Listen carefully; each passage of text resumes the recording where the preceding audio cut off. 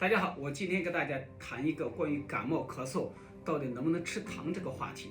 如果你现在正在处于感冒咳嗽状态，你千万不能喝什么呢？不能喝带甜的任何的这个饮品，蜂蜜，不能喝咖啡，不能喝这个糖浆，尤其不能喝止咳糖浆，或者我们把它叫枇杷糖浆，都不能喝。更重要的事情，还不能吃润喉糖。你只要把糖给记住了，那么你感冒咳嗽至少好了一半。现在的感冒咳嗽都是病毒性的感冒咳嗽，也就是说你必须得控制病毒，而这个感冒病毒、咳嗽病毒最厉害什么呢？它喜欢我们的糖。